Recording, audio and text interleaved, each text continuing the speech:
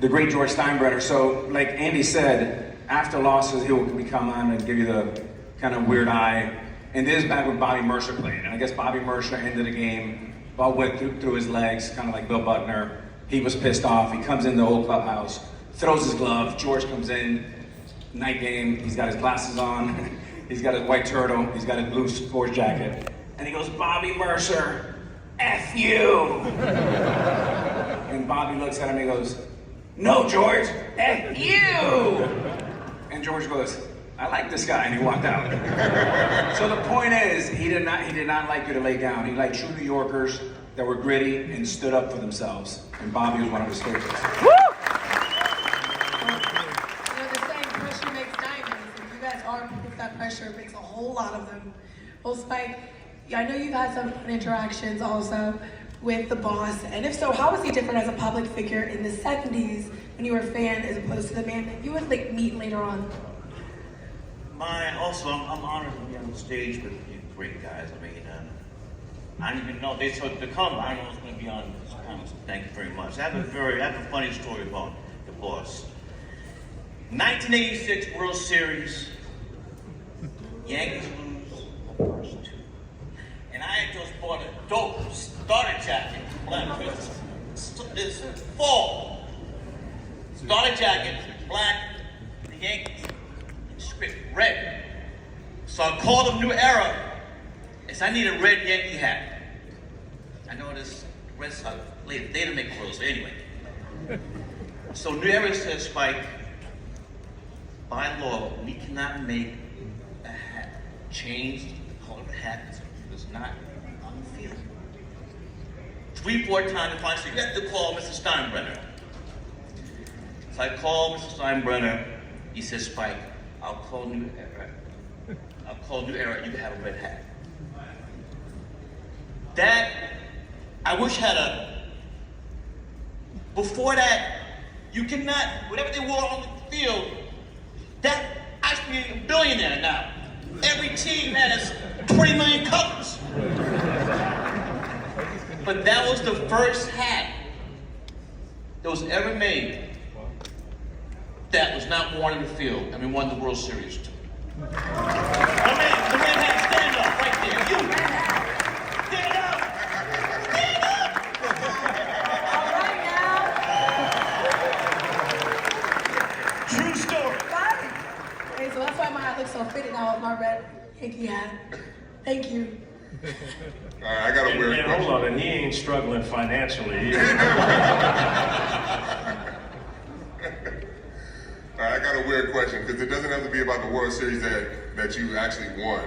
Let's go around. What World Series stands out to you the most? You go, G, first. All right, I see. So how many people in here have kids? I'm not asking you to name the child, but do all of you have a favorite child? Raise your hand. First of all, that was a test. You ought to be ashamed of yourself. Raising your hand and saying you have a favorite child. You shouldn't do that.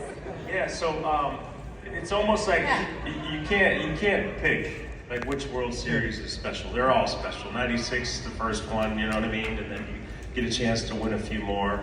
So I don't necessarily know if there's a favorite. Anytime you do something for the first time. Now here's another one. Does anyone here remember your first boyfriend or girlfriend? Raise your hand. That wasn't my favorite. A few of them got scarred. But you'd never forget your first boyfriend or girlfriend, right? So I think it's sort of that way when it comes to World Series. What about you, Al? Yeah, I mean, unlike these guys that have 5 kids, I only have 1. So I like my 1 very, very much. Me too. Spike was there, my boys are all there. But the bond that you build when you win a championship, whether it's a family, whether it's in business, whether it's in philanthropy that these guys do all a tremendous job in, winning a World Series in New York City, I'm starting to get goosebumps. There is nothing like it. And Ask you a question real quick. yeah, What happened when the Knicks finally win? In 1973, we're gonna burn the city down, man. But I will say this, you know, I always say that great players win games, but families win championship.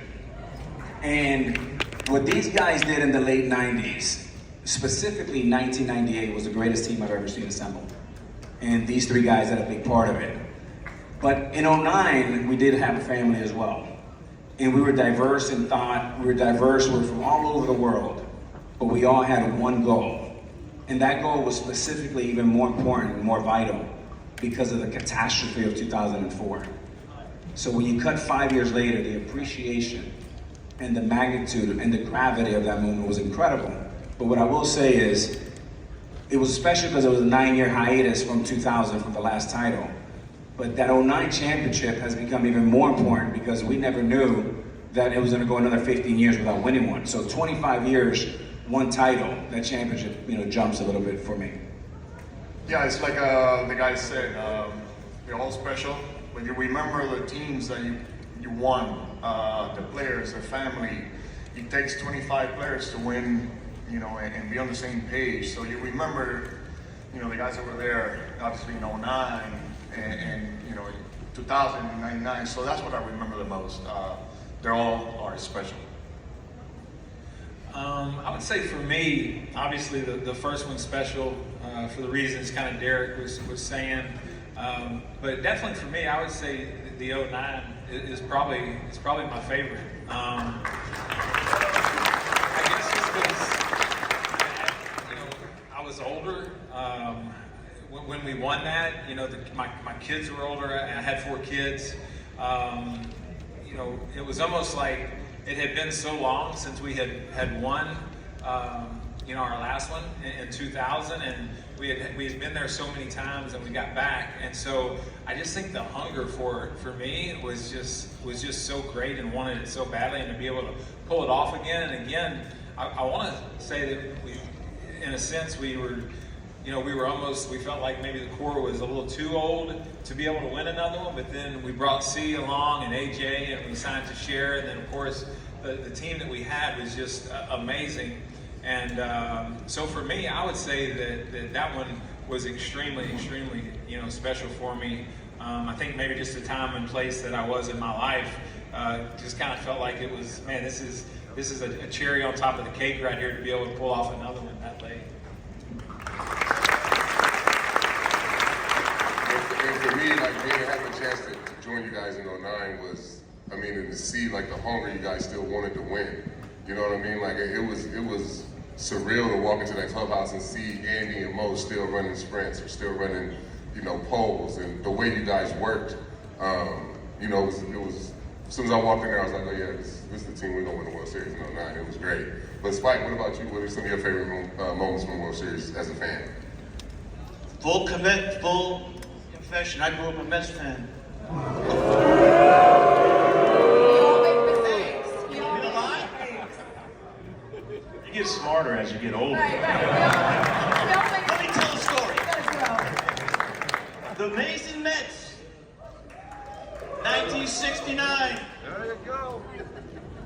69. Back then, the World Series played during the day. The Mets lost the first 2 games in Baltimore, games 3, 4, and 5 in Shea Stadium. My mother said, you're not missing school. My father said, he is missing school. He's going to the World Series. So in 69, I was one of the 1,000 kids that ran on the field. We beat first year division baseball. We beat the Atlanta Braves. Shout out, Hammer and Hank Aaron. Since the clinic, and then World Series. Davey Johnson flied out to Cleon Jones in left field, and we tore that field up. Back, you can't do that no more. I remember Yankee Stadium, and Steinbrenner put cops on the horses, so that stuff was cut out. And after a year, my mother threw out the grass. It was not green anymore. Brown. But I grew up, and then I was born in '57. The Yankees and Bonson Dig yourself out of this hole, Spike. Dig yourself out, man. That story went on way too long. Have a hot finish. At first, I lived in Brooklyn, so it's easy to go to Shea Stadium and go to the Bronx. But this man right here, a lot, doing my conversion. All right, let's make some news right now. When we all played for the Yankees, we couldn't wear beards. We couldn't have beards. Now you can be a Yankee and have a beard. Would you guys rock beards? This is actually really good. I'm gonna start with Andy. Andy, you start.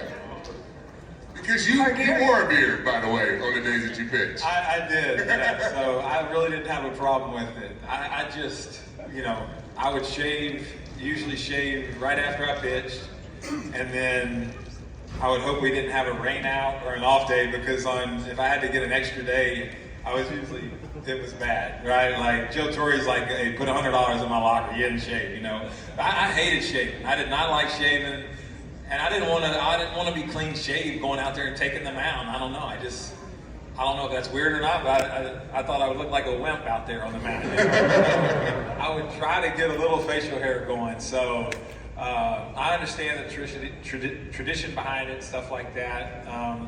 But I didn't have a problem with it. You know, I was good with that. And then I also just started hearing that we were losing. You know, we were losing maybe some players that weren't coming, free agents that wanted, you know, that we were trying to sign and stuff like that. We're having an issue coming over. So I think when you start, you know, looking at it in that sense, I was like, man, I mean, let it go. That was my thought on it. I don't know what I would have done. If I would have gotten a couple hits, I'm not shaved. Adding superstition. I got a little superstitious. You'll see, you know, sometimes me wearing a little bit of facial hair, but I just thought about Mr. Steinbrenner, his rules again, and I just didn't want to disappoint him. Jorge, speaking of rules, you taught me a great trick. Now, Jorge was like my favorite player of all time, was Keith Hernandez. And one of the things I love about Keith is he didn't use batting gloves. And Jorge didn't use batting gloves. And it would be snowing out or cold, and rain was always giving him trouble because he couldn't grip the bat. What would you do to like help it heal the things you would have? Only in spring training. People give me a hard time. But in spring training, the first week, you don't want to shake my hand because I would like pee on my hands too. He would pee on his hands. to harden my hands. True story. True story. True story. There's a lot of things happen in the clubhouse that you don't want to know about. That's one of them. Yeah. So Cece, to answer that question about a beard, I played in New York for almost 15 years. Now, unlike these guys, I got myself in a lot of trouble. Self-inflicted trouble. I was a knucklehead. These guys would just roll their eyes. But one thing I did not get in trouble for, or would ever get in trouble for, is a damn beard. Because I can't grow one. Let's see who connects first. Yeah, look, I don't think it's really about, we'll see. Yeah. It's very, very true. My wife told me if you can't have a bald head and no hair in your face. But I don't think it's really about the beard, and it's about rules. I think you have to have rules. You know, rules teach you discipline. So whether it's, you know, we had different rules. When we first came up, we had to wear slacks on the road. We had to wear suit and tie on our trips when we flew. And it just seems like they keep loosening. You keep loosening rules. You have to show up on time for stretch. You have to be on the field for anthem. And I think it's important to have rules because I think it keeps you disciplined. But each individual one, I don't think it's really that big of a deal. Yeah, we started to interrupt, but we had to sign a booklet in spring training of all the rules, Yankee rules, and we had to sign it and turn it in. That we read the rules during spring training, so it was part. And even when you guys first came up, you had to wear Adidas, like it was those type of rules too, where you had to wear a certain shoe, you had to wear Adidas and stuff? Absolutely not, I didn't. No. No. They had a Color, right? Adidas contract for like 10 years, I think it was, but the guys were wearing, you know, whatever. You know, you have a contract with Nike, you're gonna wear Nike. What about you, Spike? What you think? About what? The beard. Steinbrenner had rules. Sign the checks. Cece, he's got another Mets story. Spike don't want to say anything about the Yankees. He's still worked up about the Knicks. All right, but for me, I would have probably definitely rocked the beard. Not probably. And I would've Coco reminded me too. Ever watch the French Open? Whether it's the beard or not, you still would have had all the championships. The superstitions would have changed.